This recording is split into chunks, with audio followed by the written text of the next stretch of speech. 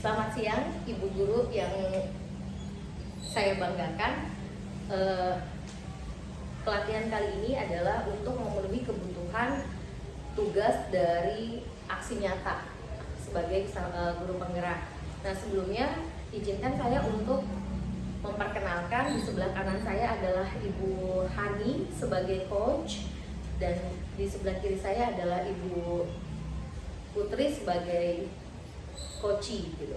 Nah, terima kasih ya Bu Hani dan Miss Putri yang bersedia untuk membantu saya. Dari sekian beberapa hari ke belakang kita belajar untuk coaching gitu, coaching supervisi akademi.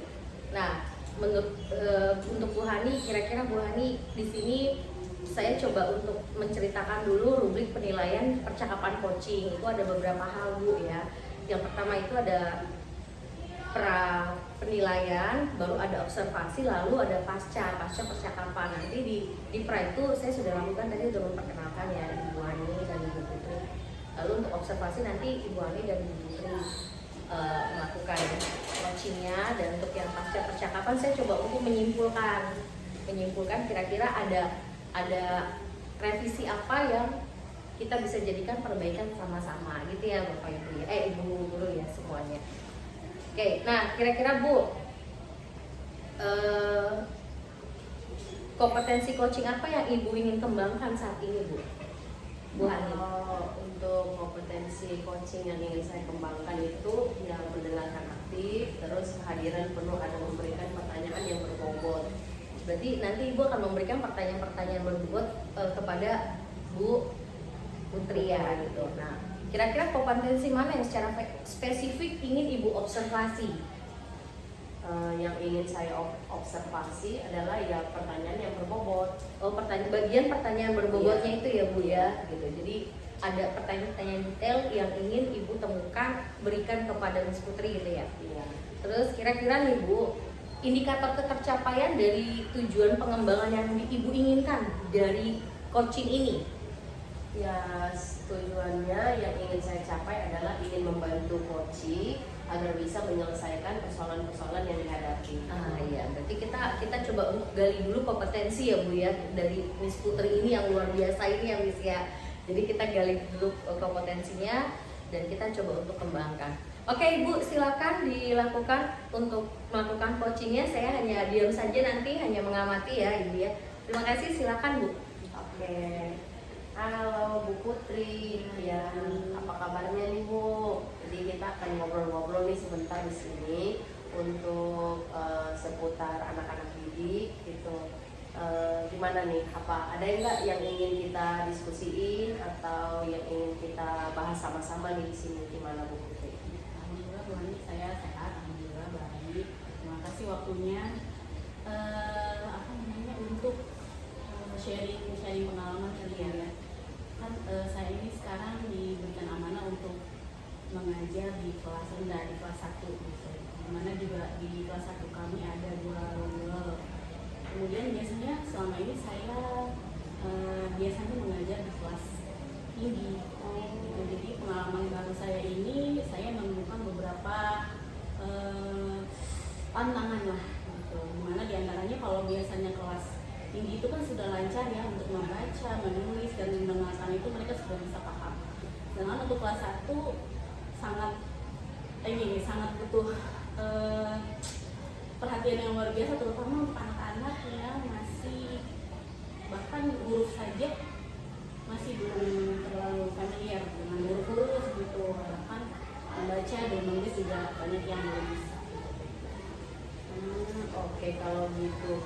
Jadi ada sedikit permasalahannya di kelas rendah ini. Jadi untuk permasalahan ini yang dihadapi sekarang ini apa nih kira-kira aksi nyata atau tindakan dari Bu Putri untuk supaya nih kita sebagai guru bisa tetap melayani prima sama anak-anak kita ini? Apa nih kira-kira? Betul sekali Bu. Saya itu berharap bisa tetap untuk memfasilitasi kedua.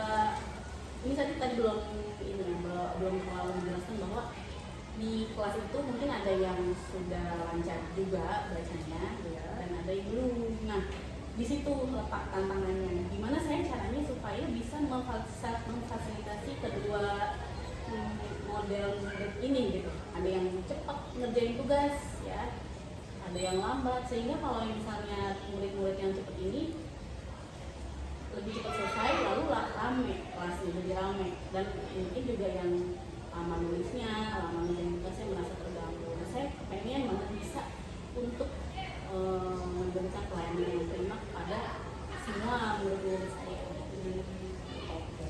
Apakah dalam aksi dari Ibu Putri ini untuk mendapatkan pelayanan yang tetap prima dengan kondisi anak-anak dan berbagai kondisi ini, apakah ada seperti kejadian hal-hal mungkin kalau misalnya ada hal-hal yang tidak terduga, gimana nih?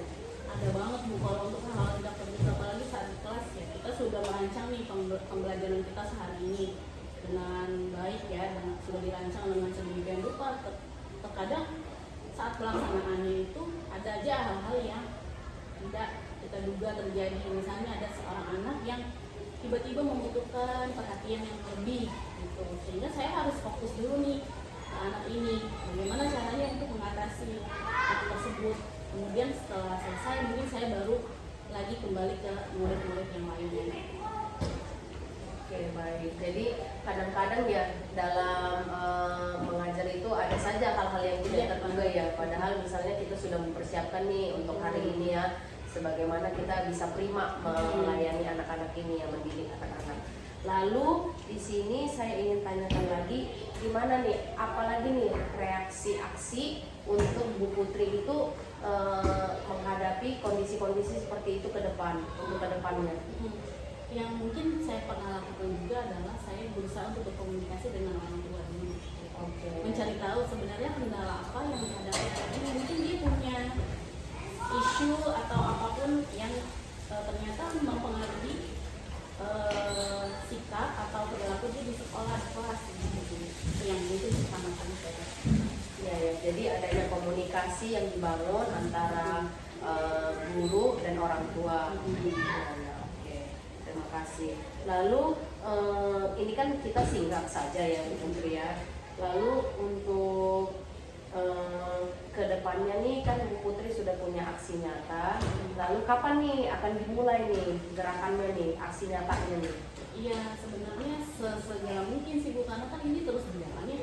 Pembelajaran terus berjalan, dan kita ada beberapa tujuan pembelajaran yang benar harus dicapai. Dan mungkin yang saya butuhkan selain aksi dari saya, mungkin butuh bantuan dari support dari teman-teman, mungkin teman-teman ya, atau saran-saran ya. Mungkin saya kalau suka, ada saran loh seperti ini, pengalaman teman-teman, terus juga dari wali murid yang bersangkutan, lalu juga terutama dari pimpinan.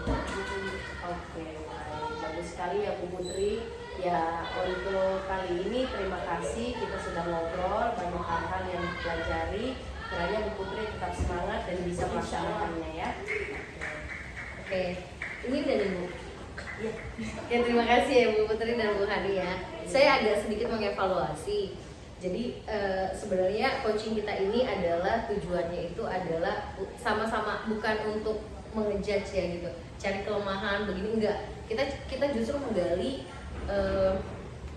kompetensi diri kita yang mungkin kita butuh penguatan gitu dari orang kan ya. Karena pada dasarnya itu kita menjadi guru itu salah satunya itu adalah keterampilan penguasaan kelas gitu ya. Itu yang harus kita kendali. Kenapa? Karena kita di sekolah negeri yang beragam-ragam gitu kan, dan bahkan sekarang sudah ada program pemerintah sekolah inklusi gitu, di mana setiap anak-anak inklusi itu yang berhak diterima di mana saja gitu kan. Dan ini menjadi tantangan sih ya, bukan hambatan ya, tantangan gitu. Nah, cuma tadi ada sedikit kurang nih Bu gitu. Kira-kira tadi kita harus bisa juga menggali kira-kira Bu Putri siapa yang bisa diajak, rekan-rekan sejawat yang bisa Ibu ajak untuk kita bulatkan tekad, meningkatkan kompetensi gitu. Itu ada sebenarnya dinilai di bagian identifikasi gitu. Karena kita nggak bisa kerja sendiri gitu kan ya.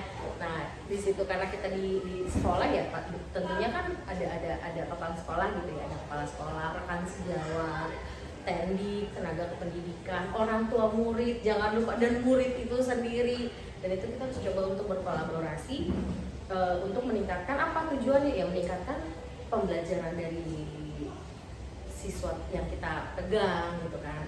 Nah itu sebenarnya sih semua sudah Bu Hani sudah memberikan pertanyaan-pertanyaan berbobotnya sudah apa ya, sudah teratur gitu ya, sudah sesuai dengan alurnya. Nah kita namakan ini sebagai alur Tirta Bu Hani. Itu ada tujuan, identifikasi, rencana aksi, dan tanggung jawab. Itu namanya alur Tirta gitu. Jadi ketika kita mau sharing dengan teman seperti ini, kita kan mendapatkan penguatan kan, oh iya ya ternyata begini gitu.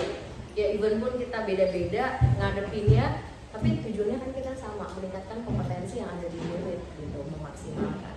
Oke, Ibu Hani, terima kasih. Miss Putri, terima kasih. Semoga hari ini, coaching kita hari ini bisa bermanfaat untuk sebagai modal kita di dunia pendidikan ya Bu ya. Terima kasih. Oke, terima kasih ya Bapak Ibu. Wassalamualaikum.